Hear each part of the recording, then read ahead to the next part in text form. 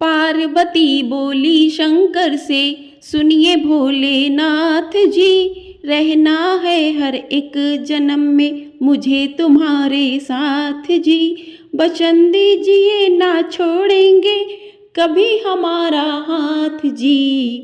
ओ भोलेनाथ जी, ओ भोलेनाथ जी, ओ शंभुनाथ जी।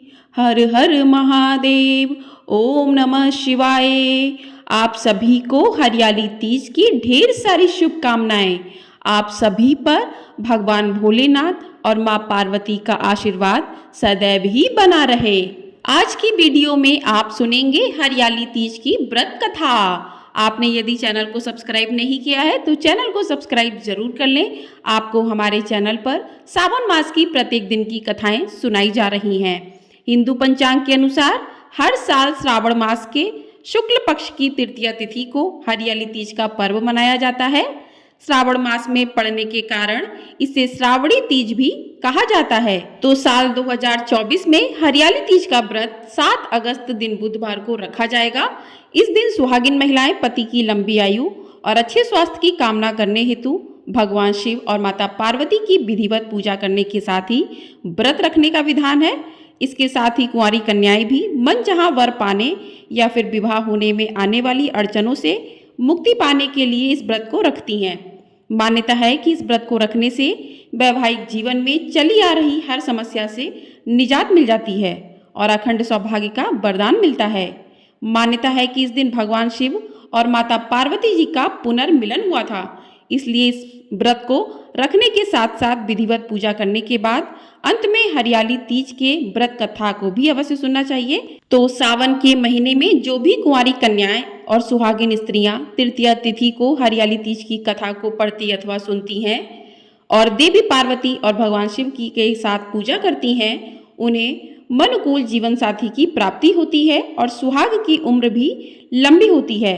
संदर्भ पुराण में कथा है कि देवी पार्वती और भगवान शिव ने हरियाली तीज को किस प्रकार कन्याओं के लिए विवाह और वैवाहिक जीवन में प्रेम और आनंद पाने का व्रत बनाया था। तो आइए अब कथा शुरू करते हैं। आपसे अनुरोध है कि कथा को पूरा अवश्य सुनिएगा, क्योंकि कोई भी कथा बीच में अधूरी नहीं छोड़नी चाहिए। तो चलिए पहले भगवान भोलेनाथ माँ पार्वती का ध्यान करते हैं, उसके बाद कथा को प्रारंभ करते हैं। तो आप अपनी पूजा अर्चना कर लें, उसके बाद हाथ में पुष्प लेके इस कथा को सुने। तो चलिए कथा प्रारंभ करते हैं। ओम नमः शिवाय, जय माँ पार्वती। पुराणों में हरियाली तीज की ये कथा काफी प्रचलित है। कहा जाता है कि स्वयं भगवान शिव ने माता पार्वती को उनके पूर्व जन्म के बारे में याद दिलाने के लिए यह कथा सुनाई थी। तो शिव जी कहते हैं, हे पार्वती, बहुत समय पहले की बात है जब तुमने हिमालय पर मुझे वर के रूप में पाने के लिए कठोर तप किया था। इस दौरान तुमने अन्न जल त्याग कर सूखे पत्ते चबाकर दिन बिताए थे। मुझे वर के रूप में पाने के लिए तुमने किसी भी मौसम की कोई परवाह नहीं की और तुमने निरंतर तप किया। तुम्हारी इस स्थिति को देखकर तुम्हारे पिता बहुत दुखी थे। ऐसी स्थिति में नारद जी तुम्हारे घर पधारे। जब तुम्हारे पिता ने नारद जी से उनके आगमन का कारण पूछा तो नारद जी बोले कि हे गिरिराज, मैं भगवान विष्णु के भेजने पर यहाँ आया हूँ। आपकी कन्या की घोर तपस्या से प्रसन्न होकर वह उससे विवाह करना चाहते हैं। इस बारे में मैं आपकी राय जानना चाहता हूँ। नारद जी की बात सुनकर पर्वतराज अति प्रसन्नता के साथ बोले कि हे नारद जी, यदि स्वयं भगवान विष्णु मेरी कन्या से विवाह करना चाहते हैं तो इससे बड़ी कोई बात नहीं हो सकती। मैं इस विवाह के लिए तैयार हूँ। इसके बाद तुम्हारे पिता की स्वीकृति पाकर नारद जी विष्णु जी के पास गए और यह शुभ समाचार सुनाया। लेकिन जब तुम्हें इस विवाह के बारे में पता चला तो तुम्हें बहुत दुख हुआ।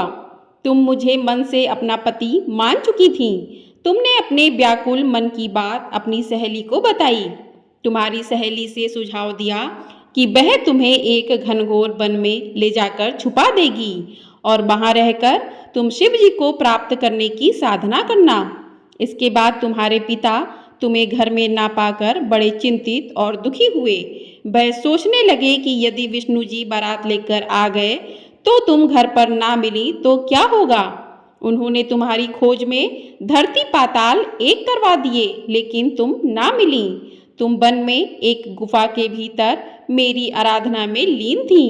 भाद्रपद तृतीया शुक्ल को तुमने रेत से एक शिवलिंग का निर्माण कर मेरी आराधना की, जिससे प्रसन्न होकर मैंने तुम्हारी मनोकामना पूर्ण की। इसके बाद तुमने अपने पिता से कहा कि पिताजी, मैंने अपने जीवन का लंबा समय भगवान शिव की तपस्या में बिताया है और भगवान शिव ने मेरी तपस्या से प्रसन्न होकर मुझे स्वीकार भी कर लिया है। अब मैं आपके साथ एक ही शर्त पर चलूंगी कि आप मेरा विवाह भगवान शिव के साथ ही करेंगे। पर्वतराज ने तुम्हारी इच्छा स्वीकार कर ली और तुम्हें घर वापस ले गए। कुछ समय बाद उन्होंने पूरे विधि विधान से हमारा विवाह किया। भगवान शिव ने इसके बाद कहा कि हे पार्वती, तृतीया को तुमने मेरी आराधना करके जो व्रत किया था उसी के परिणाम स्वरूप हम दोनों का विवाह संभव हो सका। इस व्रत का महत्व यह है कि मैं इस व्रत को पूर्ण निष्ठा से करने वाली प्रत्येक स्त्री को मनोवांछित फल देता हूँ। भगवान शिव ने पार्वती जी से कहा कि इस व्रत को जो भी स्त्री पूर्ण श्रद्धा से करेगी उसे तुम्हारी तरह अचल सुहाग प्राप्त होगा। बोलिए भगवान भोलेनाथ की जय, बोलिए माँ पार्वती की जय। तो इस प्रकार से हरियाली तीज की व्रत कथा पूर्ण होती है। सावन महीने के शुक्ल पक्ष की तृतीया तिथि को कहीं कजली तीज तो कहीं हरियाली तीज के नाम से जाना जाता है। भविष्य पुराण में देवी पार्वती बताती हैं कि तृतीया तिथि का व्रत उन्होंने बनाया है, जिससे स्त्रियों को सुहाग और सौभाग्य की प्राप्ति होती है।